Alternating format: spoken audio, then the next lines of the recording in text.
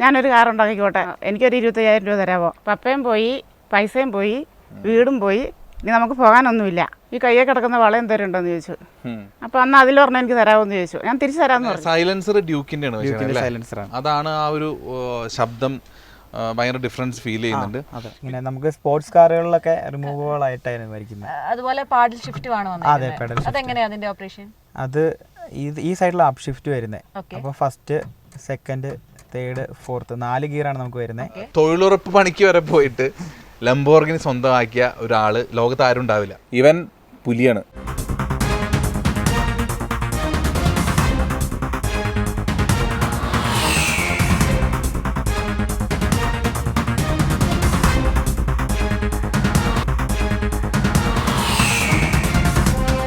Hi, hello, എല്ലാവർക്കും നമസ്കാരം. Dream ഡ്രൈവിന്റെ ഒരു പുതിയ എപ്പിസോഡിലേക്ക് എല്ലാവർക്കും സ്വാഗതം.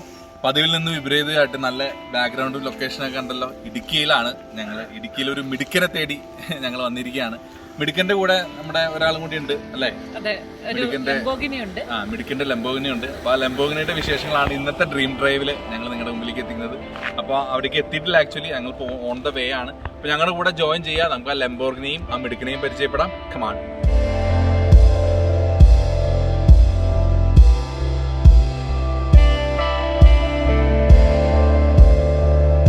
ഇടുക്കിയിലുള്ള ലംബോർഗിനി നമ്മൾ കാണണ്ടേ?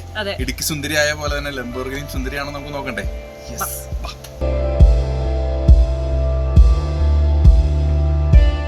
അപ്പൊ നമ്മള് കാത്തിരുന്ന നമ്മുടെ ലംബോർഗിനിയുടെ അടുത്തെത്തിയിരിക്കുകയാണ്. അനസാണ് ഇതിന്റെ ഉടയം. അനസേ, വെൽക്കം ടു ഡ്രീം ഡ്രൈവ്. എന്തുണ്ട് വിശേഷം? ഇതൊക്കെയാണ് വിശേഷങ്ങൾ. അതെ, ഈ കിടക്കുന്നതാണ് അനസിന്റെ വിശേഷങ്ങൾ. അതിലേക്കൊക്കെ നമുക്ക് കിടക്കാം. ആക്ച്വലി ഇവിടെ വന്നപ്പോ ആദരിക്കാണ് ഏറ്റവും ഭയങ്കര എക്സൈറ്റ്മെന്റ് അല്ലേ? നമ്മള് റോഡില് ഈ ഒരു സംഭവം കണ്ടു. കാണാനല്ല, സൗണ്ട് മാത്രമേ ഉണ്ടാവുള്ളൂ. നമുക്ക് പൃഥ്വിരാജിന് നമ്മുടെ രാജേട്ടന്റെ നമ്മൾ കണ്ടു വളർന്നിട്ടുള്ളത്. അപ്പൊ എന്തായാലും അങ്ങ് ഇടുക്കിയിൽ ഞാൻ നേരത്തെ പറഞ്ഞ പോലെ ഇടുക്കി സുന്ദരിയായ പോലെ തന്നെ പച്ച കളർ സുന്ദരിയായ ലംബോർഗിനി. സുന്ദരിയാണോ സുന്ദരനാണ്? അതിപ്പോ നമുക്ക് എങ്ങനെ വേണം. അനസിന്റെ പ്രിയപ്പെട്ട ലംബോർഗിനി. അപ്പോ ലംബോർഗിനിയുടെ കൂടുതൽ വിശേഷങ്ങൾ അനസ് തന്നെ പറയുന്നതായിരിക്കും ബെറ്റർ അല്ലേ?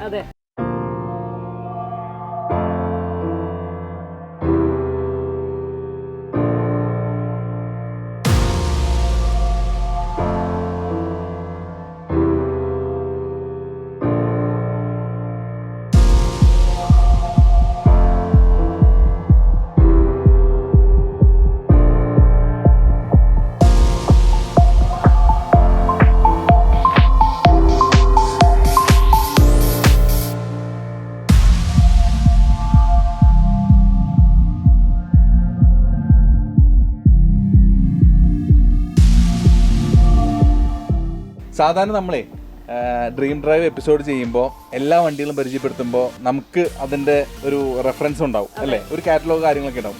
അപ്പൊ നമുക്ക് കൂടുതലായിട്ട് അല്ല, ഇതിന്റെ ഈവൻ ഓരോ സ്ഥലത്തും ഓരോ മാർക്ക് പതിപ്പിച്ചിട്ടാണ് വളരെ പോയിന്റ് പോലും വളരെ സൂക്ഷിച്ചാണ് ചെയ്തിരിക്കുന്നത്. ലംബോർഗിനിയിൽ നിന്ന് ഇൻസ്പയർഡ് ആയിട്ട് തന്നെ ചെയ്തേക്കുന്നത്.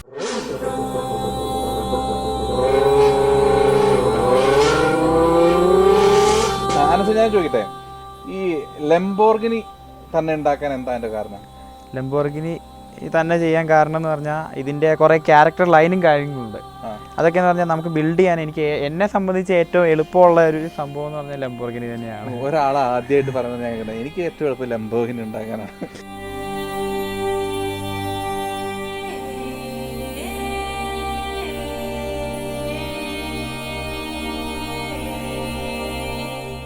ഇതിൽ ഏറ്റവും രസം എന്ന് വെച്ചാൽ മാക്സിമം വേസ്റ്റ് മെറ്റീരിയൽസ് യൂസ് ചെയ്തിട്ടാണ് ചെയ്തിട്ടുള്ളത്. അതും ബഡ്ജറ്റ് ടോട്ടൽ എത്ര രൂപയായിട്ടുണ്ട്? ഒരു 2 ലക്ഷം രൂപ അടുത്തായി. പക്ഷേ ഏറ്റവും മാക്സിമം ഞാൻ റേറ്റ് കുറച്ച് തന്നെയാണ് ചെയ്തേക്കുന്നത്.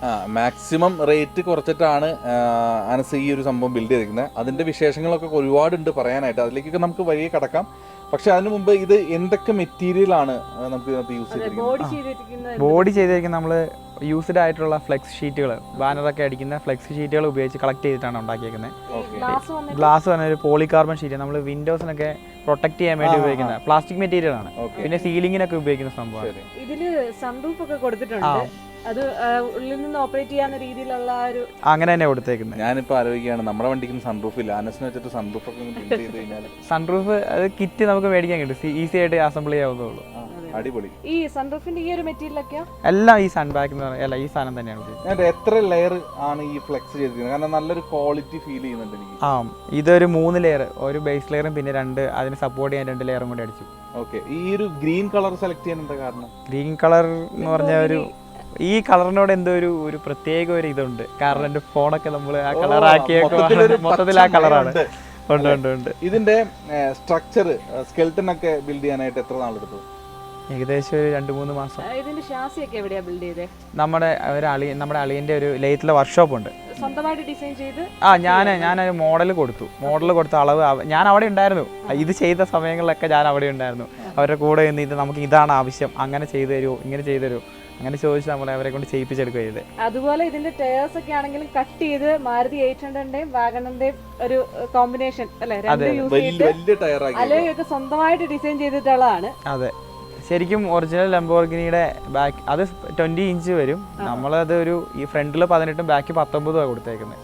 ഓക്കെ, അപ്പം ഞാൻ ശ്രദ്ധിക്കാൻ കഴിച്ചാൽ ആ ലോ പ്രൊഫൈലൊക്കെ വളരെ കറക്റ്റ് ആയിട്ട് ചെയ്തിട്ടുണ്ട്. ആ ഒരു ഡിസൈനും കാര്യങ്ങളും ഫ്രണ്ട് കട്ടിങ് ഒക്കെ ആണെങ്കിലും. കാരണം നമ്മൾ റിപ്ലിക്കാണല്ലോ ചെയ്യുന്നത്, ഒരു മൈന്യൂട്ട് കാര്യം പോലും നമുക്ക് മിസ് ചെയ്യാൻ പറ്റത്തില്ല. ഇത് വർക്ക്ഷോപ്പിൽ സ്കെൽട്ടൺ ഒക്കെ ബിൽഡ് ചെയ്യാൻ പോയപ്പോ അവര് ഇപ്പം പുച്ഛിച്ച് തള്ളി അല്ലെങ്കിൽ അവർ കളി ഇതെന്താ സംഭവം അവർക്ക് ആർക്കും അറിയില്ല, നിനക്ക് മാത്രമാണല്ലോ ഒരു ഇതുണ്ടായിരുന്നു, ഒരു പിക്ചർ മനസ്സിലുള്ളൂ. അപ്പൊ അങ്ങനെ എന്തെങ്കിലുമൊക്കെ പ്രതികരണങ്ങൾ നേരിട്ട്? ഇല്ല, നമ്മൾ ഇപ്പൊ അലോയ് വെൽഡ് ചെയ്യണമെങ്കിലും ഞാൻ ചെറിയൊരു മോഡൽ ഉണ്ടാക്കും, എന്നിട്ട് നമ്മളത് ലെയ്ത്തിൽ കൊണ്ടുപോകും. ചേട്ടാ നമ്മുടെ ആവശ്യം ഇതാണ്, ഇതിന് ഇത്ര വലിപ്പം വേണം, നമ്മൾ എനിക്ക് അളവൊന്നും അറിയത്തില്ല, ഈ ഒരു വലിപ്പം എന്നൊക്കെ ഞാൻ പറയുന്നത്.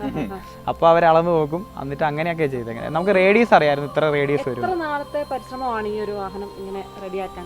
ഒരു 1.5 വർഷത്തോളം എടുത്തു ഇത്ര കംപ്ലീറ്റ് ആക്കി തീർക്കാൻ. ഞാൻ ലാസ്റ്റ് 2 ആഴ്ച മുന്നേ തീർത്തത്. വീട്ടിൽ നിന്നൊക്കെയുള്ള സപ്പോർട്ട് എങ്ങനെ ഉണ്ടായിരുന്നു? ആദ്യം അമ്മേനെ അനിയനെയൊക്കെയാണ് പറഞ്ഞ്, അനിയൻ സപ്പോർട്ടായിരുന്നു. സപ്പോർട്ട് പറയുമ്പോൾ എനിക്ക് കുറച്ച് കാര്യങ്ങൾ പറയാനുണ്ട്. അതെ, അമ്മ എന്നോട് കുറച്ച് കാര്യങ്ങൾ വന്നപ്പോൾ പറഞ്ഞിട്ടുണ്ട്. അപ്പോൾ ആ കാര്യങ്ങളൊക്കെ ഞാൻ പറയാം. അതിനുമുമ്പ് നമുക്ക് വണ്ടിയുടെ കുറച്ചും കൂടി വിശേഷങ്ങൾ അറിഞ്ഞിട്ട് നമുക്ക് അതിന്റെ വിശേഷങ്ങളിലോട്ട് പോകാം.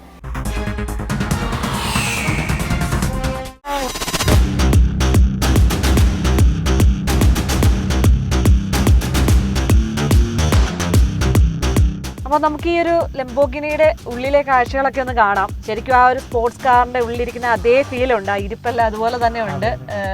അത് കറക്റ്റ് അതുപോലെ നോക്കി തന്നെയാണ് ചെയ്തത്. അതെ, നമ്മൾ യൂട്യൂബിലൊക്കെ ഒബ്സർവ് ചെയ്തിട്ട് ചെയ്തതാണ്. ഏതെങ്കിലും ലംബോർഗിനി കണ്ടിരുന്നോ?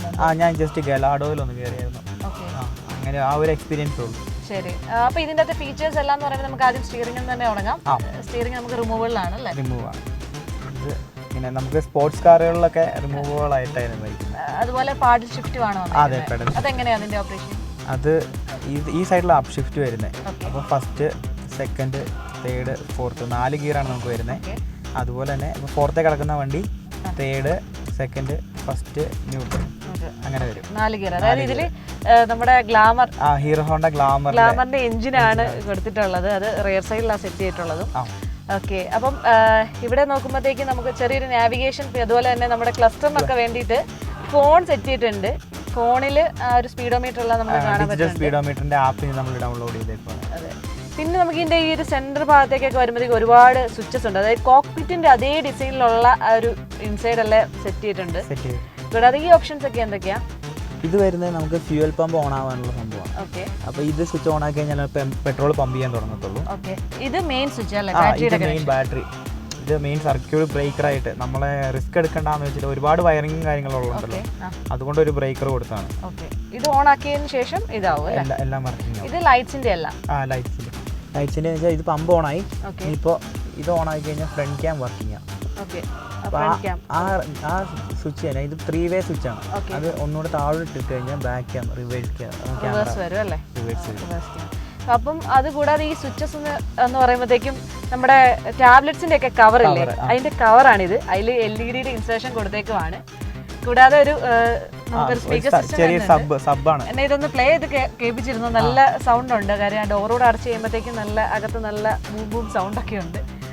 കൂടാതെ ഇൻഡിക്കേറ്ററിന്റെ വാണിംഗ്, അങ്ങനെ വാണിംഗ് ലൈറ്റ്സ് എല്ലാം ഉണ്ട്. ഈ സെന്ററിലുള്ളത് ഹസാർഡ്.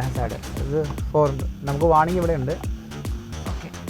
പിന്നെ ഈ വരുന്ന സ്വിച്ച് എന്ന് പറഞ്ഞു കഴിഞ്ഞാൽ നമ്മൾ ഉള്ളിലെ ലൈറ്റ്സ് ഒക്കെ അല്ലേ? ലൈറ്റ്സ് ഒക്കെ ഓക്കെ 2 സ്വിച്ച് കൊടുത്തിട്ടുണ്ട്. ഓക്കെ. അപ്പുറത്തേതോ? ഇത് മ്യൂസിക് സബ് ഓൺ ആവാനുള്ളതാണ്. പിന്നെ ഇവിടെ ഒരു സ്വിച്ച് കൊടുത്തിട്ടുണ്ട് 12 വോൾട്ട് നമുക്ക് ചാർജിങ് ഓപ്ഷൻ. അപ്പോൾ അതിൽ നിന്നാണ് സബ് നമ്മൾ എടുത്തേക്കുന്നത്. എല്ലാ കാര്യങ്ങളും ഉണ്ടല്ലേ? എല്ലാ സംഭവങ്ങളും നമ്മൾ എല്ലാ ഫീച്ചേഴ്സും ആഡ് ചെയ്തിട്ടുണ്ട്. അതുകൂടാതെ ഇവിടെയാണ് സ്വിച്ച് ബട്ടൺ സ്റ്റാർട്ട് കൊടുത്തിട്ടുള്ളത്. ലംബോർഗിനി ശരിക്കും ചെയ്തേക്കുന്ന മറ്റേ ജെറ്റ് ഇൻസ്പയർഡ് ആയിട്ടുള്ള സ്വിച്ചാണ് കൊടുക്കുന്നത്. അപ്പോൾ സ്റ്റാർട്ട് സ്റ്റോപ്പ് ഇതിലാണ് കൊടുക്കുന്നത്. നമുക്ക് ഇവർ ഇഗ്നിഷൻ കീയും കൂടെ നമുക്ക് അഡീഷണൽ വരുന്നുണ്ടെന്നേ ഉള്ളൂ ബൈക്കിൻ്റെ തന്നെ. അത് ഓൺ ആക്കിയിട്ട് ജസ്റ്റ് ഇവിടെ പ്രസ് ചെയ്ത് ശരി. ഇത് ഹാൻഡ് ബ്രേക്ക്. പിന്നെ ഈ ഒരു സെൻട്രലായിട്ടാണ് നമുക്ക് പവർ വിൻഡോസിന്റെ അതുപോലെ തന്നെ സൺറൂഫ് ഉണ്ട്. ഇതിൽ സൺറൂഫിന്റെ ഒക്കെ വന്നിട്ടുള്ളത്. അപ്പോൾ പവർ വിൻഡോ ജസ്റ്റ് ഒന്ന് കാണിച്ചു തരാം. പവർ വിൻഡോസ് ഉണ്ട് 2 സൈഡിലും. പിന്നെ ഇത് എന്ന് പറയുന്നത് സൺറൂഫ് ആണ്. സ്വിച്ച് ജസ്റ്റ് മേളിലോട്ട് വരണം. ഓക്കെ. സൺറൂഫ് അങ്ങനെ. അപ്പൊ ഈ ഒരു മോഡലില് സൺറൂഫിന്റെ ഒരു ഡിസൈൻ കൂടെ കൊടുത്തല്ലേ? ശരിക്കും നമുക്ക് അടുത്തൊരു ഓപ്ഷൻ എന്ന് പറഞ്ഞാൽ എനിക്ക് ഇത് കൺവേർട്ടബിൾ ആയിട്ട് ചെയ്യണമെന്നുണ്ടായിരുന്നു. പിന്നെ അത് കുറച്ചുകൂടെ നമുക്ക് സമയം പോകുമല്ലോ എന്ന് വെച്ചിട്ട് നമുക്ക് എന്തെങ്കിലും ജസ്റ്റ് ഒരു ഇത് വ്യൂ കിട്ടിയാൽ മതി വെളിയിൽ നിന്ന്. കാരണം നമ്മുടെ ഈ ഗ്ലാസ്സിൽ കൂടെ പോകുമ്പോൾ ശരിക്കുമുള്ള വണ്ടികൾ എൻ്റെ ഒരു മനസ്സിലൊരു ചെയ്താണ് വണ്ടികൾ ശരിക്കും അതിൻ്റെ പൊക്കത്തിലായിരിക്കും കാണുന്നത്. അപ്പോൾ നമുക്ക് ഇത്ര ഭാഗം കവർ ചെയ്ത് വരുമ്പോൾ നമുക്കൊന്നും കാണത്തില്ല. അതുകൊണ്ട് എന്നാൽ പിന്നെ നമുക്ക് സൺറൂഫ് അങ്ങ് ആഡ് ചെയ്തേക്കാം. അപ്പോൾ ഈ ഒരു വിസിബിലിറ്റി കൂടുതൽ കിട്ടുമല്ലോ. സ്വന്തം ഐഡിയ ആണ്. എന്തായാലും കൊള്ളാം.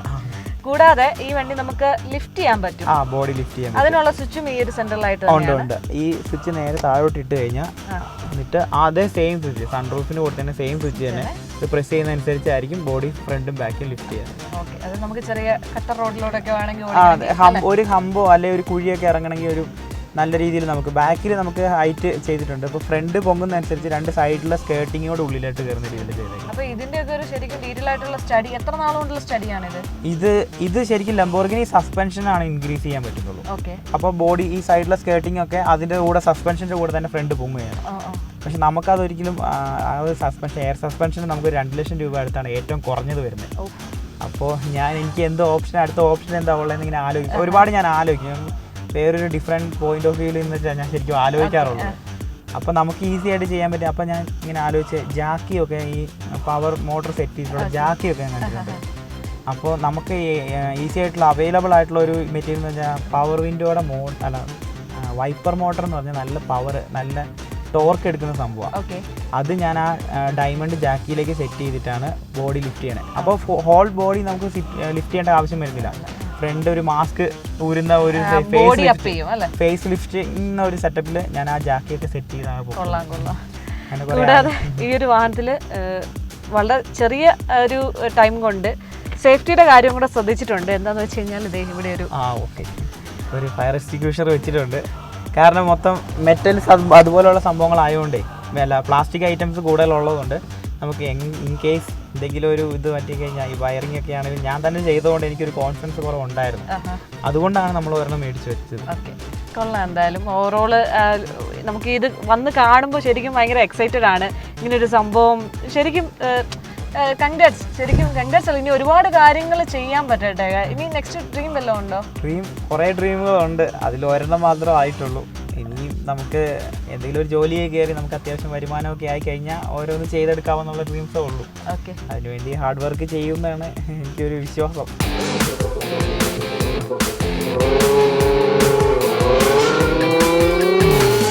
അപ്പോൾ ഈ ഒരു വാഹനത്തിൻ്റെ റിയർ സൈഡിലേക്ക് വരുമ്പോഴത്തേക്കും നമുക്ക് ആ ഒരു ലംബോർഗിനിയെ കറക്റ്റ് ഓർമ്മിപ്പിക്കുന്ന വിധത്തിലുള്ള ഡിസൈനും കാര്യങ്ങളുമാണ്. കാര്യം ഈ ഒരു എയർ ഇൻടേക്ക് ഒക്കെ അതേപടി കൊടുത്തിട്ടുണ്ട് ആ ഒരു ബ്ലാക്ക് ഇൻസേർട്ടിലൊക്കെ. പിന്നെ ഈ സ്പോയിലർ സ്വന്തം വർക്ക് തന്നെയാണല്ലേ.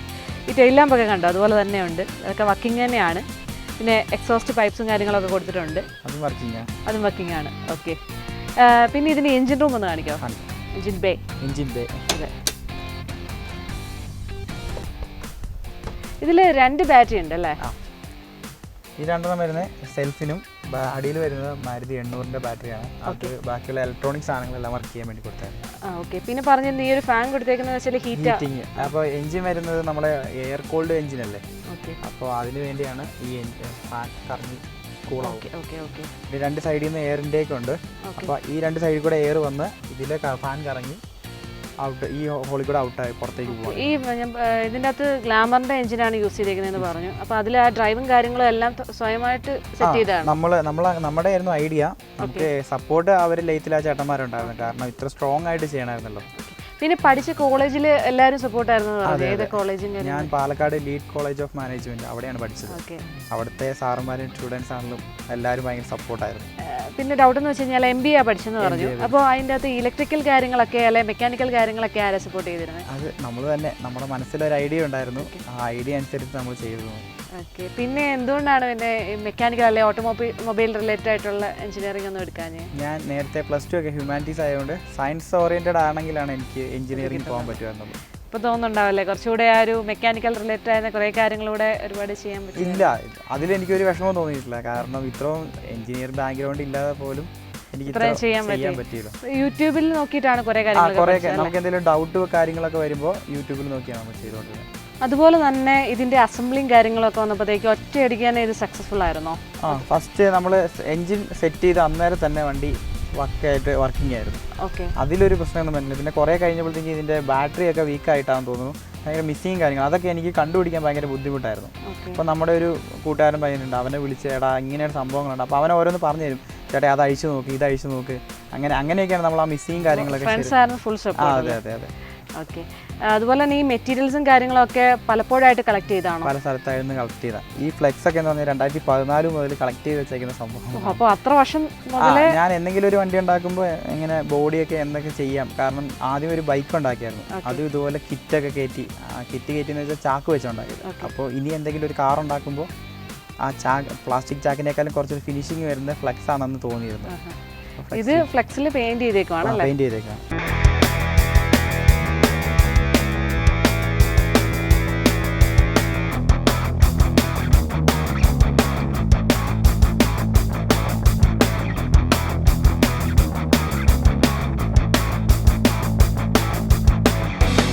അപ്പോൾ നമ്മൾ സ്ഥിര എപ്പിസോഡ്സിൽ ഈ സൈഡ് പ്രൊഫൈലിനൊക്കെ പറയാറുണ്ട്. അപ്പോൾ നമ്മുടെ ലംബോർഗിനിയുടെ സൈഡ് പ്രൊഫൈൽ നോക്കുമ്പോൾ നമ്മുടെ ഒറിജിനൽ ഡോർസൊക്കെ ഓപ്പൺ ചെയ്യുന്ന ഒരു രീതി കണ്ടിട്ടില്ലേ? മനസ്സ് ആ ഡോറൊന്ന് ഓപ്പൺ ചെയ്യാമോ? കണ്ടോ, അങ്ങനെ മോഡിലോട്ട് ഓപ്പൺ ചെയ്യുന്ന സിസ്റ്റം വരെ മനസ്സ് അത് കറക്റ്റായിട്ട് ചെയ്യുന്നുണ്ട്. പിന്നെ ഈ ഹാൻഡിൽസ് കണ്ടോ, ഞാൻ ചോദിച്ചു വന്നപ്പോൾ ഈ ഹാൻഡിൽസ് എന്താണ് ഇങ്ങനെയെന്ന്. അപ്പോൾ അതും ഒറിജിനൽ ലംബോർഗിനിയുടെ ഡോർ ഹാൻഡിൽസ് ഇങ്ങനെയാണ്. അതുവരെ ആ ഒരു ചെറിയ മൈന്യൂട്ട് കാര്യം പോലും അത്ര ശ്രദ്ധിച്ചിട്ടാണ് കാര്യങ്ങൾ ചെയ്തിരിക്കുന്നത്. അടച്ചോ അനസേ, നമുക്ക് ഈ ഒരു ലംബോർഗിനി എവിടെയാണ് ആദ്യമായിട്ട് നേരിട്ടൊന്ന് കണ്ടത്? നേരിട്ട് കണ്ടത് ആലുവയിൽ വെച്ച് മറ്റേ ഹുറക്കോൺ. കുറേ വണ്ടികൾ കണ്ടിരുന്നു. പിന്നെ നമുക്ക് കയറി ഇരിക്കാനൊക്കെ ഒരു ഇത് അവസരം തന്നത് മറ്റേ ഹർമോൺ മോട്ടോഴ്സ് അവരാണ്. അവിടെ ചെന്ന് നമ്മളൊരു ആഗ്രഹം ഉണ്ട് എന്ന് പറഞ്ഞപ്പോൾ. ശരി. അപ്പോൾ ഇനിയിപ്പോൾ ലംബോർഗിനി നമ്മുടെ ആഗ്രഹം പോലെ ഉണ്ടാക്കി, ഇത്രയും ആൾക്കാരൊക്കെ അറിഞ്ഞു, ന്യൂസൊക്കെ വന്നു. ഇനി ഇപ്പോൾ മനസ്സിലെന്തെങ്കിലും ആഗ്രഹം ഉണ്ടോ? ഈ ഒരു ശരിക്കും ഒരു ലംബോർഗിനിയിൽ ഒന്ന് കയറിയാൽ കൊള്ളാമെന്നുണ്ട്. ശരിക്കും ഒരു ലംബോർഗിനി നമുക്ക് പെട്ടെന്ന് മനസ്സിൽ വരുന്നത് നമ്മുടെ പൃഥ്വിരാജിന്റെ കയ്യിലുള്ള ലംബോർഗിനിയാണ് എല്ലാവരും മനസ്സിൽ വരുന്നത്. ശരിക്കും കേരളത്തിൽ ലംബോർഗിനി ഇത്ര വൈറലാവാൻ കാരണം തന്നെ പൃഥ്വിരാജ് അന്ന് വണ്ടി എടുത്തതിന് ശേഷമാണ്. അതെ. അപ്പം നമുക്ക് ചെറിയൊരു ആഗ്രഹമുണ്ട്. ഈ ഒരു ന്യൂസ് രാജേട്ടൻ കാണണം എന്നൊരു ആഗ്രഹമില്ലേ? കണ്ടിട്ട് അനസിനെ ഇമാജിൻ ചെയ്യും, അനസിനെ വിളിക്കുക, രാജേട്ടൻ ഇങ്ങനെ ന്യൂസ് കണ്ടു, നീ ഒരു ലംബോർഗിനി ഉണ്ടാക്കിയെന്ന് കേട്ടല്ലോ. അങ്ങനെ സ്വപ്നമൊക്കെ കണ്ടിട്ടുണ്ട്. ശരി, ആ സ്വപ്നങ്ങളൊക്കെ ഈ ഒരു നമ്മുടെ എപ്പിസോഡൊക്കെ വരുമ്പോൾ കണ്ടിട്ട് വിളിക്കട്ടെ. അപ്പം ഇതിന്റെ ടാങ്ക്, പെട്രോൾ ടാങ്ക് അല്ലേ ഇത്? അതെ അതെ. ഇതൊന്ന് തുറന്നു കാണിക്കാവോ? അതൊരു 5 ലിറ്റർ വരുന്ന ഒരു കന്നാസ് വെച്ചിട്ടാണ് നമ്മൾ പഴയ ഒരു. അതെ. അതിലൊരു ഫ്യൂൽ പമ്പ് ഇട്ടിട്ടുണ്ട്. ആ പമ്പ് പെട്രോൾ പമ്പ് ചെയ്ത് മേലോട്ട് കയറ്റും. അപ്പോൾ ഇത് ഇപ്പം നമ്മൾ ബൈക്കിന്റെ എഞ്ചിനാണല്ലോ പറഞ്ഞത്. പിന്നെ നമുക്ക് അധികം റൈഡ് ചെയ്യാൻ പറ്റാത്തതുകൊണ്ട് ഞാൻ മൈലേജും കാര്യങ്ങളൊന്നും ചോദിക്കുന്നില്ല. പിന്നെ സൈലൻസർ ഡ്യൂക്കിന്റെ ആണ്, അതാണ് ആ ഒരു ശബ്ദം ഭയങ്കര ഡിഫറൻസ് ഫീൽ ചെയ്യുന്നുണ്ട്. പിന്നെ ഈ ഒരു കട്ടിങ്സ് ഒക്കെ, ഈ ഒരു ഷേപ്പ് കാര്യങ്ങളൊക്കെ കറക്റ്റ് ആയിട്ട് ഇത് എങ്ങനെ? ഈ സ്കേർട്ടിംഗ് ഒക്കെ എന്ന് പറഞ്ഞാൽ വണ്ടി ബോഡി ലിഫ്റ്റ് ചെയ്യുന്ന അനുസരിച്ച് ഇത് ഉള്ളിലോട്ട് ഇങ്ങനെ കയറിപ്പോവും. ഗ്രൗണ്ട് ക്ലിയറൻസ് കൂട്ടാൻ അങ്ങനെയാണ് നമ്മൾ ചെയ്തേക്കുന്നത്. ശരി. അപ്പോൾ അത്രയ്ക്കും കാര്യങ്ങൾ ശ്രദ്ധിച്ചിട്ടാണ് അനസ് എന്തായാലും ലംബോർഗിനി ചെയ്തിരിക്കുന്നത്. പിന്നെ ഞാനൊരു കാര്യം പറയട്ടെ, ഒരു ന്യൂസ് ഞാൻ കേട്ടിരുന്നു, ലംബോർഗിനിയുടെ ഓഫീസിൽ നിന്ന് വിളിച്ചിരുന്നു, ഹെഡ് ഓഫീസിൽ നിന്ന് വിളിച്ചിരുന്നു. എന്താണ് ആ സംഭവം? നമ്മളെ ബാംഗ്ലൂരിലുള്ള ലംബോർഗിനിയുടെ അവിടെ വർക്ക് ചെയ്യുന്ന ഒരു ചേട്ടനാണ് നമ്മളെ വിളിച്ചത്. അപ്പോൾ മലയാളിയാണ് വിളിച്ചത്.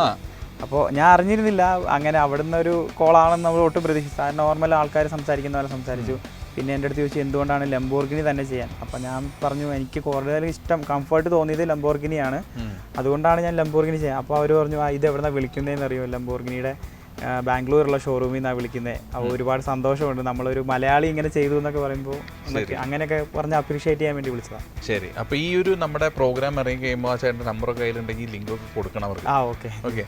നമുക്കിപ്പം ജോലി ഇപ്പം MBA അല്ലേ കഴിഞ്ഞു എന്ന് പറഞ്ഞു, MBA കഴിഞ്ഞിട്ട് ജോലി സാധ്യതകൾ എന്തെങ്കിലും ഇപ്പോൾ ഈ ഒരു ന്യൂസൊക്കെ വൈറലായതിനു ശേഷം ജോലി ഓഫറുകൾ അങ്ങനെ എന്തെങ്കിലും? ഓഫർ എന്ന് പറയാൻ ആരും തന്നെ വിളിച്ചില്ല. പിന്നെ ഒരുപാട് സ്റ്റാർട്ടപ്പ് കമ്പനീസ് ഒരുപാട് പേര് നമ്മളെ സപ്പോർട്ട് ചെയ്യാം, ടീമിലൊരു മെമ്പർ ആകി അങ്ങനെയുള്ള ആൾക്കാരൊക്കെ വിളിക്കുന്നുണ്ട്. ശരി, അനസിന്റെ ഇനിയുള്ള നെക്സ്റ്റ് സ്റ്റെപ്പ് എന്താണ് പ്ലാൻ? ഇനിയിപ്പോൾ വീടൊന്ന് ശരിയാക്കണം, അതിന് വേണ്ടി. അത് ഞാനിവിടെ വന്നപ്പോഴാണ് അറിഞ്ഞത്. ഇപ്പോൾ ഇവിടെയുള്ള കാണുന്ന വീട് ആക്ച്വലി ആദ്യത്തെ പ്രളയമല്ലേ 2018 പ്രളയത്തിൽ തറ ഇരുന്നു പോയി അല്ലേ? അപ്പോൾ ഞങ്ങളിപ്പോൾ അകത്ത് കയറി കണ്ടിരുന്നു. അപ്പോൾ അതുകൊണ്ട് അനസിന്റെ ആദ്യത്തെ ലക്ഷ്യം ഒരു വീടാണ്. അപ്പോൾ അത് എത്രയും പെട്ടെന്ന് അതിലേക്കൊക്കെ എത്തും, ദൈവം സഹായിച്ച്. പിന്നെ ഈ കാണുന്ന ആൾക്കാർ നല്ലവരായ ഒരുപാട് ആൾക്കാരുണ്ട്, അവരും സഹായിക്കട്ടെ. അതിനുശേഷം ജോലി അല്ലെങ്കിൽ അങ്ങനെ എന്തെങ്കിലും ഒരു പ്ലാൻ? ജോലി എന്ന് പറഞ്ഞാൽ എന്തെങ്കിലും ക്രിയേറ്റീവ് ആയിട്ടുള്ള ഇതുപോലെ എന്തെങ്കിലും നമുക്ക് പിന്നെ ചെയ്യാനൊരു ഇൻട്രസ്റ്റ് ഉള്ള എന്തെങ്കിലും ജോലിയിലേക്കാണ്. ഒരു സ്ഥലത്ത് ഒതുങ്ങി കൂടാതെ സ്വന്തമായി എന്തെങ്കിലും ചെയ്യണം. അതാണ് ഒരു ഫ്രീഡം വേണം, നമുക്കൊന്ന് ചെയ്യാൻ. ഫ്രീഡം കൊടുത്തു കഴിഞ്ഞാൽ അനസ് ഇതല്ല ഇതിന്റെ അപ്പുറം ചെയ്യാൻ ചെയ്ത് കൊണ്ടുവരുമെന്ന് തെളിയിച്ചിരിക്കുകയാണ്. എനിക്ക് ആക്ച്വലി ഇതിനകത്ത് തന്നെ ഒരു ഞെട്ടൽ എന്താന്ന് പറഞ്ഞാൽ, നമ്മുടെ കൊച്ചു കേരളത്തിൽ ഈ ഒരു ഇടുക്കിയിൽ ഇത്രയും MBA പഠിച്ചു, പഠിത്തത്തിനോടൊപ്പം തന്നെ ഇങ്ങനൊരു സംഭവം ഉണ്ടാക്കി 1.5 വർഷം എടുത്തുണ്ടാക്കി. ഞാനിവിടെ വന്നപ്പോൾ അമ്മേനെ കണ്ടിരുന്നു അനസിൻ്റെ. അപ്പോൾ അനസിൻ്റെ അമ്മ എന്നോട് സംസാരിച്ചപ്പോൾ എന്നോട് പറഞ്ഞ കാര്യമുണ്ട്. ആദ്യം ഇവൻ ഈ വീടിൻ്റെ പ്രശ്നമൊക്കെ വന്ന് വീട് ഉണ്ടായിരുന്നില്ല. അപ്പോൾ ആ സമയത്ത് ഇവൻ വന്ന് അമ്മ എനിക്കൊരു കാർ ഉണ്ടാക്കണം എന്ന് പറഞ്ഞത് ശരിയാണോ എന്ന് എനിക്കറിയില്ല. കാർ ഉണ്ടാക്കണം എന്ന് പറഞ്ഞു. ഒരു 25,000 രൂപ വേണം എന്ന് പറഞ്ഞു. അപ്പോൾ അമ്മ ചോദിച്ചു ആദ്യം ഒരു വീട് എന്നിട്ടല്ലേ കാറൊക്കെ എന്ന് പറഞ്ഞ് തമാശയ്ക്ക് തള്ളിക്കളഞ്ഞു. അതിനുശേഷം 1.5 മാസം ജോലിക്ക് ജോയിൻ ചെയ്തു അല്ലേ? 1.5 മാസം പാലക്കാട്. എവിടെ? പാലക്കാട്. ഞാൻ മംഗലാപുരത്ത് ജോയിൻ ചെയ്തു. അവിടെ നിന്ന് കിട്ടിയ സാലറി 20,000 രൂപ കൊണ്ട് അനസ് ആദ്യത്തെ സ്റ്റെപ്പ്, ലംബോർഗിനിയിലേക്കുള്ള ആദ്യത്തെ സ്റ്റെപ്പ് വെച്ചു. എനിക്ക് തോന്നുന്നു ലോകത്ത് വേറെ ആരും ഉണ്ടാവില്ല തൊഴിലുറപ്പ് പണിക്ക് വരെ പോയിട്ട് ലംബോർഗിനി സ്വന്തമാക്കിയ ഒരാൾ ലോകത്ത് ആരും ഉണ്ടാവില്ല. അതും അമ്മ പറഞ്ഞു രാവിലെ തൊഴിലുറപ്പ് പണിക്ക് പോയിട്ട് രാത്രിയാണ് ഇത് പണിതുകൊണ്ടിരുന്നത്. അപ്പോൾ ഇത്രയും കഷ്ടപ്പാടുകളൊക്കെ മനസ്സിൽ ഉണ്ടായിരുന്നു, ഒരുപാട് പ്രശ്നങ്ങളുണ്ടായിരുന്നു. എന്നിട്ടും ഈ ഒരു ലക്ഷ്യത്തിലേക്കൊക്കെ എത്തിച്ചേർന്നു 1.5 വർഷം എടുത്ത്. അപ്പോൾ എന്താണ് നമ്മുടെ ഈ കാണുന്ന പ്രേക്ഷകരോടും കൂടെ ഒരുപാട് പേര് ഈ ഒരു യാത്രയിൽ നിന്നിട്ടുണ്ടാവുമല്ലോ, അവരോടൊക്കെ പറയാനുള്ളത്? ഇത്രയും സപ്പോർട്ട് ചെയ്തവരോട് എനിക്ക് ഒത്തിരി താങ്ക്സ് തന്നെ പറയാനുള്ളൂ. പിന്നെ വേറെ എന്താണെന്ന് വെച്ചാൽ ഇതുപോലെ ഒത്തിരി ആഗ്രഹങ്ങളുള്ള ഒരുപാട് പേരുണ്ടല്ലോ, അവരൊക്കെ ജസ്റ്റ് അവരോട് എന്താ പറയാനുള്ളത്? ഒരുപാട് ആഗ്രഹങ്ങളും ഇതിൻ്റെ പിന്നെ പലരും പകുതി വഴിയിൽ വെച്ച് നിർത്തി പോകാറാണ് പതിവ്. അപ്പോൾ അവരോടൊക്കെ ഒന്ന് ഒരു എന്തെങ്കിലും ഒന്ന് പറയാമോ? നമുക്ക് എന്തെങ്കിലും സ്ട്രഗിൾ വരുമ്പോൾ എനിക്കും തോന്നിയിട്ടുണ്ട് എന്താ നിർത്തിയേക്കാം, ഇനി കുറച്ച് കഴിയട്ടെ എന്നൊക്കെ ഓർത്തിട്ടുണ്ട്. പൈസയുടെ ബുദ്ധിമുട്ട് നമുക്ക് അങ്ങനെ വരുമ്പോൾ നമുക്കൊന്നും ചെയ്യാൻ പറ്റത്തില്ലല്ലോ. അപ്പോൾ ഞാൻ കുറച്ചുകൂടെ വെയിറ്റ് ചെയ്യും, എന്നിട്ട് പൈസയൊക്കെ ആയി കഴിയുമ്പോൾ പിന്നെയും ബാക്കി തുടങ്ങും. അതുകൊണ്ടാണ് 1.5 വർഷം നമുക്ക് എടുക്കേണ്ടി വന്നത്. ശരി. അപ്പോൾ എങ്ങനെ എന്തെങ്കിലുമൊക്കെ ഒരു ഐഡിയാസ് ഉള്ളവർ അത് അന്ന് ഇംപ്ലിമെൻറ്റ് ചെയ്യാൻ നോക്കുവാണെങ്കിൽ ശ്രമിച്ചാൽ മതി, ബാക്കിയൊക്കെ അങ്ങ് നടന്നു പോകും. ശ്രമിച്ചാലേ അതിന് നടക്കുകയുള്ളൂ. ഒരു കാര്യം കൂടി അമ്മ പറഞ്ഞു, ഈവൻ ചായ കുടിക്കാൻ അനസിന് 10 രൂപ കൊടുത്താൽ ആ 10 രൂപയ്ക്ക് ചായ കുടിക്കാതെ ആ 10 രൂപ കൂട്ടി വെച്ചിട്ട് വണ്ടിക്ക് വേണ്ടിയിട്ടുള്ള എന്തെങ്കിലും സാധനങ്ങൾ വാങ്ങുമെന്ന്. അപ്പോൾ എന്തായാലും ആ അമ്മേനെ നമുക്ക് പരിചയപ്പെടണം അല്ലേ? പരിചയപ്പെടുത്തണ്ടേ? അപ്പം അമ്മേനെ നമുക്ക് വിളിക്കാം.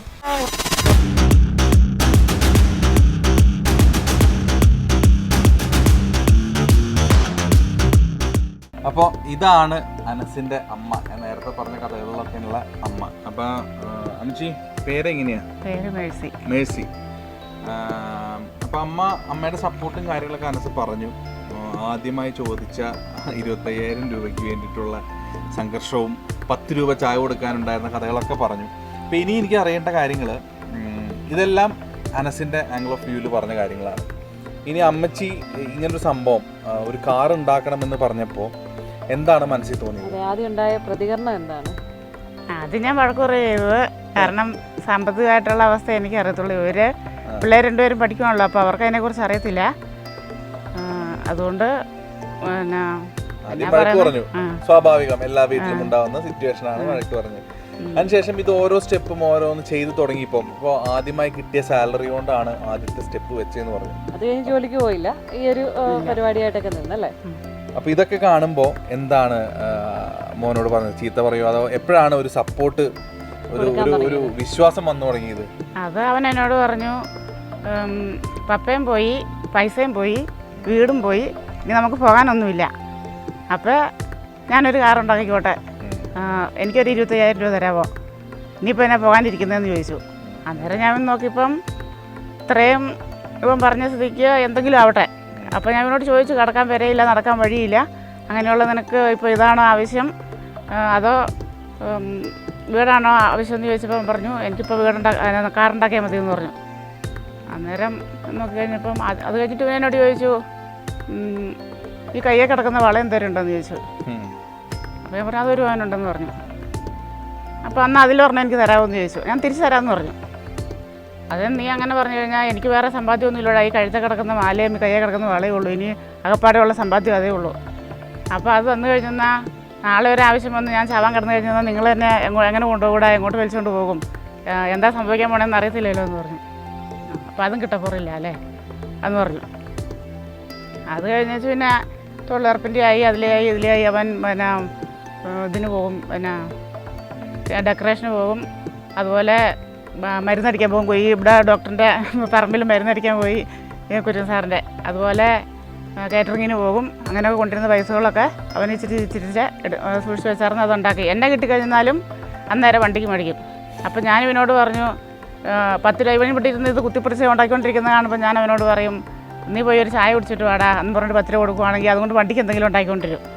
അന്നേരം ഞാൻ പറയും, എന്നിട്ട് പറയും വിശക്കുന്നതിന് എന്തെങ്കിലും ഉണ്ടോ, ഞാൻ ചായ ഒന്നും കുടിച്ചില്ല, അതുകൊണ്ട് ഞാൻ വണ്ടിക്ക് ഇന്ന സാധനം മേടിച്ചെന്ന് പറയും. എന്നാൽ നീ പോയിരുന്നു അത് കുറച്ച് കടിച്ചു എന്നുള്ള പറയും.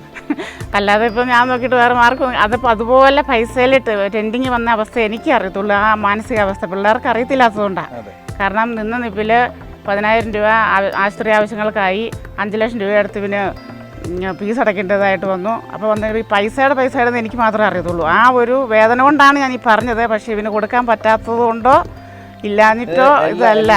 എല്ലാവരുടെ അമ്മമാരും അപ്പന്മാരെല്ലാവരും ഓരോ അവസ്ഥകൾ കൊണ്ടാണ് പറയുന്നത്. തടസ്സം. പക്ഷെ അതൊന്നും എല്ലാം ഭാവിയെ പ്രതീക്ഷിച്ചിട്ടാണ്. ഇപ്പൊ എന്തായാലും മനസ്സ് MBA ഒക്കെ കഴിഞ്ഞു, നല്ലൊരു ജോലി കാര്യങ്ങളിലേക്ക് കിടക്കും. ഇപ്പൊ എനിക്ക് തോന്നുന്നു നമ്മൾ ഈ പിന്നിലുള്ള ഈ വീടാണ് പ്രളയം വന്നപ്പോ അടി തട്ട് പോയത്. അപ്പം അതിനുശേഷം ഇനിയിപ്പോ ഒരു വീട്, അനസ് നേരത്തെ പറഞ്ഞ പോലെ ഒരു വീട് അടുത്ത ഒരു ആഗ്രഹം. അപ്പം അതിലേക്കൊക്കെ എത്രയും പെട്ടെന്ന് എത്താൻ സാധിക്കട്ടെ. അതുപോലെ ഇപ്പൊ ഈ ഒരു സക്സസ് ആയി നിൽക്കുന്ന സമയത്ത് അമ്മയ്ക്ക് എന്താ പറയാനുള്ള കാര്യം? ഇത്രയും ആളുകൾ അറിഞ്ഞു, എല്ലാരും അറിഞ്ഞു, ഈ കൺമുമ്പിൽ നിൽക്കുന്ന ഈ നാട്ടുകാര് ഇവരുടെയൊക്കെ ഒരു, അതായത് മകനെ അംഗീകരിച്ചിട്ടുള്ള സ്നേഹമാണ് ഈ കാണുന്നത് മുഴുവൻ. ഇത് കാണുമ്പോൾ ശരിക്കും സന്തോഷമായില്ലേ? അപ്പൊ ഞാന് ലൈവൻ എന്നോട് ആദ്യം വള ചോദിച്ചല്ലോ. അപ്പൊ ഈ വള തന്നെ പണയം വെച്ച് ഞാൻ അവന് കാശുണ്ടാക്കി കൊടുത്തു.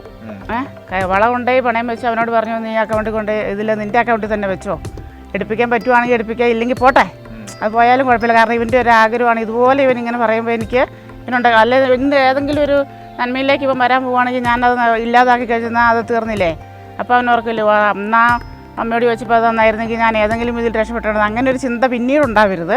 അതുകൊണ്ട് ഞാൻ ഈ വള കൊണ്ടുപോയി നീ പണയം വെച്ചെന്ന് പറഞ്ഞ് ഞാനിവിടെ പോയി അവൻ്റെ അക്കൗണ്ടിൽ തന്നെ വെപ്പിച്ച് ആ പൈസ എടുത്തു കൊടുത്ത് നീ ഉണ്ടാക്കിയുള്ള പറയും. കാരണം ഇനിയുള്ളതൊക്കെ അത് കഴിഞ്ഞ് എന്തും ആവട്ടെ, അതായാലും ഇതുമായി ഇത്രയായി, എന്തും ആയിക്കോട്ടെ എന്ന് വിചാരിച്ച് ആ പൈസ എടുത്തു കൊടുത്ത്. എന്തായാലും മനസ്സിന് ആ ഒരു വളയ്ക്ക് പകരം ഒരു 10 വളയെങ്കിലും എടുത്തു കൊടുക്കാൻ പറ്റും. ദൈവം അതിന് സഹായിച്ചിരിക്കും, എനിക്ക് ഉറപ്പുണ്ട്. കാരണം ഇത്രയും ആത്മവിശ്വാസത്തോടെ ഫുൾ ഡെഡിക്കേറ്റ് ചെയ്ത് ഇങ്ങനൊരു സംഭവം ചെയ്തിട്ട് ആ ഒരു കാര്യങ്ങളും ദൈവം കാണാതിരിക്കില്ല. അപ്പൊ എന്തായാലും എനിക്ക് അനസിന്റെ ഒരു അനിയൻ കൂടി ഉണ്ട് ഇവിടെ. പക്ഷെ പുള്ളി അവിടെ മാറി നിൽക്കാണ്, എന്ത് ചെയ്ത ഫ്രെയിമിൽ വരുന്നില്ല. പോയല്ലേ, അനിയനെ കൂടി ഒന്ന് പരിചയപ്പെടുത്താമോ? അനിയന്റെ കാര്യങ്ങളൊന്ന് പറയാമോ? അവൻ ഡിഗ്രി, അവന് ഡിഗ്രി ഫൈനൽ ഇയർ ആണ്. പിന്നെ ഇവൻ ഇവിടെ ഇരുന്ന് എന്തെങ്കിലുമൊക്കെ ഉണ്ടാക്കും. അന്നേരം അല്ല അവന്റെ കൂട്ടുകാരന്മാരാണ് ഈ വന്നിരിക്കുന്നത് ആ എല്ലാവരും തന്നെ. അന്നുവെച്ച് ഇവനോട് പറയും, പിന്നെ അവനോട് പറയും എടാ ജാക്കി എടുത്തുകൊണ്ട് തരാമോ അല്ലെങ്കിൽ എന്തെങ്കിലും സാധനങ്ങൾ കൊണ്ടുവരാമോ എന്ന് ചോദിക്കുമ്പോൾ രാത്രി പോയി കൂട്ടുകാരും ഇവനോ കൂടെ പോയി ഈ ടയർ അതുപോലെയുള്ള സാധനങ്ങളൊക്കെ ഈ കൊറോണ കാലം ആയതുകൊണ്ട് എങ്ങും പുറത്ത് പോകാൻ പറ്റത്തില്ല, ലോക്ക്ഡൗൺ ആയി പോയില്ലേ. അപ്പോൾ പുറത്തിറങ്ങാൻ പാടില്ലാത്ത സാഹചര്യം ആയതുകൊണ്ട് എങ്ങനെയെങ്കിലും എവിടുന്നെങ്കിലുമൊക്കെ സംഘടിപ്പിച്ച് കൊണ്ടുവന്ന് കൊടുക്കും. ഇവൻ രാത്രി ഇരുന്ന് അരിഞ്ഞ് ഇത് ചെയ്യും, അവൻ എവിടുന്നെങ്കിലുമൊക്കെ സംഘടിപ്പിച്ച് കൊണ്ട് കൊടുക്കും. അങ്ങനെ പറയുമ്പോൾ ഇവിടെ ഓർമ്മ വരുന്ന കാര്യങ്ങൾ നമ്മൾ സ്കൂളിലും കോളേജിലൊക്കെ പഠിക്കുമ്പോൾ വലിയ വലിയ ആൾക്കാരുടെ ജീവിത കഥകളൊക്കെ കേൾക്കുന്ന ഒരു പരിപാടി ഉണ്ടല്ലോ, ഹിസ്റ്ററി. അതെ. അപ്പോൾ അതിനകത്ത് ഓരോരുത്തർ ഇങ്ങനെ പഠിച്ചതും അങ്ങനത്തെ കാര്യങ്ങളൊക്കെ നമ്മൾ കുറേ കേട്ടിട്ടുണ്ട്. അപ്പോൾ അങ്ങനത്തെ ഒരു കാര്യങ്ങളാണ് എനിക്കിപ്പോൾ ഓർമ്മ വരുന്നത്. അനസ് ഇന്ന് ഇപ്പോൾ 2021 ഇങ്ങനൊരു സംഭവം ചെയ്തെങ്കിൽ ഉറപ്പായിട്ടും അനസിന് ഒരു ടൈമുണ്ട്, അനസിൻ്റെ ലൈഫിലും ഒരു സമയമുണ്ട്. അപ്പോൾ ആ സമയത്ത് ഇത് ഇപ്പോൾ ഇവിടെയുള്ള നാട്ടുകാരും ഈ ലോകമെമ്പാടും ഈ ഒരു സംഭവം അന്ന് പറയും. അന്ന് ഈ അമ്മയുടെ വാക്കുകൾ അനസിനായാലും നാട്ടുകാർക്കായാലും അനസിനെ അറിയാവുന്ന എല്ലാവർക്കായാലും അഭിമാനത്തോടെ ഓർക്കാൻ പറ്റുന്ന കാര്യങ്ങളായിരിക്കും. എല്ലാവർക്കും അതുപോലെ പ്രചോദനമാണ്. ഇതുപോലെ വളർന്നു വരുന്ന തലമുറയ്ക്കൊക്കെ ആണെങ്കിൽ കൂടെ അനസിനെ കണ്ട് പഠിക്കട്ടെ. അപ്പം എന്തായാലും ഇന്നത്തെ ഈ ഒരു എപ്പിസോഡ് നമ്മൾ പതിവിൽ നിന്നും വിപരീതമായിട്ടാണ് ചെയ്തത്. എനിക്ക് എന്തോ മനസ്സൊക്കെ ഒരുപാട് സന്തോഷം കൊണ്ട് ഇങ്ങനൊരു ഇത് കണ്ടപ്പോൾ, കാരണം നമ്മളായാലും പല കാര്യങ്ങളും തുടങ്ങി വെച്ച് റിസൾട്ട് കാണാണ്ടാവുമ്പോൾ നിർത്തിയിട്ട് പോകുന്നൊരു സ്വഭാവം ഒട്ടുമിക്ക ആൾക്കാർക്കും ഉണ്ട്. പക്ഷേ ഇതിൻ്റെ പിന്നിലുള്ള പ്രയത്നം മുഴുവൻ അറിഞ്ഞപ്പോൾ, അത് നേരിട്ട് കണ്ടപ്പോൾ നമുക്കൊക്കെ ഒരു ഇൻസ്പിറേഷൻ, ഒരു ഭയങ്കര മോട്ടിവേഷനായി അനസ്. അപ്പോൾ എന്തായാലും അനസേ, കാര്യം കൊറോണയാണ്, അതുകൊണ്ടാണ് ഞാൻ ഇവിടെ ഇങ്ങോട്ട് വന്നപ്പോൾ ഞാൻ പ്രൊഡ്യൂസറോട് പറഞ്ഞിരുന്നു എനിക്ക് ആ പയ്യനെ ഒന്ന് കെട്ടിപ്പിടിക്കണം എന്ന്. അപ്പം ഞാൻ അതുകൊണ്ട് കെട്ടിപ്പിടിക്കാനൊന്നും പോകുന്നില്ല, കൊറോണയാണ്. ഇനി ഇത് കാണുമ്പോൾ ആൾക്കാർ പറയും നിനക്കുണ്ടായ കൊറോണ അവിടെ കൊണ്ട് കൊടുത്തു എന്ന് പറയും. അപ്പോൾ അതുകൊണ്ടൊന്നും ചെയ്യുന്നില്ല. അപ്പോൾ എന്തായാലും ഞാനൊരു shake hand. All the best. ലൈഫിൽ വലിയ വലിയ ലക്ഷ്യങ്ങളിലേക്ക് എത്തട്ടെ. അമ്മച്ചി പേടിക്കണ്ട, ഇവൻ പുലിയാണെന്ന് പറഞ്ഞാൽ പുലിയാണ്. അപ്പോൾ എന്തായാലും നമ്മുടെ ഡ്രീം ബ്രാൻഡ് എപ്പിസോഡ് ഇവിടെ വൈൻഡപ്പ് ചെയ്യാം അല്ലേ അതിരാ? അപ്പോൾ ഡ്രീം ബ്രാൻഡ് എപ്പിസോഡ് ഇവിടെ വൈൻഡപ്പ് ചെയ്യാണ്. അടുത്ത ഒരു എപ്പിസോഡിൽ നമുക്ക് പുതിയൊരു വാഹനമായിട്ട് കാണാം. എന്തായാലും ക്രിയേറ്റീവായിട്ടുള്ള ഇങ്ങനത്തെ ഐഡിയാസ് ഇനിയും ഞങ്ങൾ അറിയുന്നത് നിങ്ങളുടെ മുമ്പിലേക്ക് എത്തിക്കും. എന്തായാലും അടുത്തൊരു എപ്പിസോഡ് നമുക്ക് വേറൊരു പുതിയ വണ്ടിയുടെ വിശേഷമൊക്കെ ആയിട്ട് കാണാം. അതുവരെ ബൈ.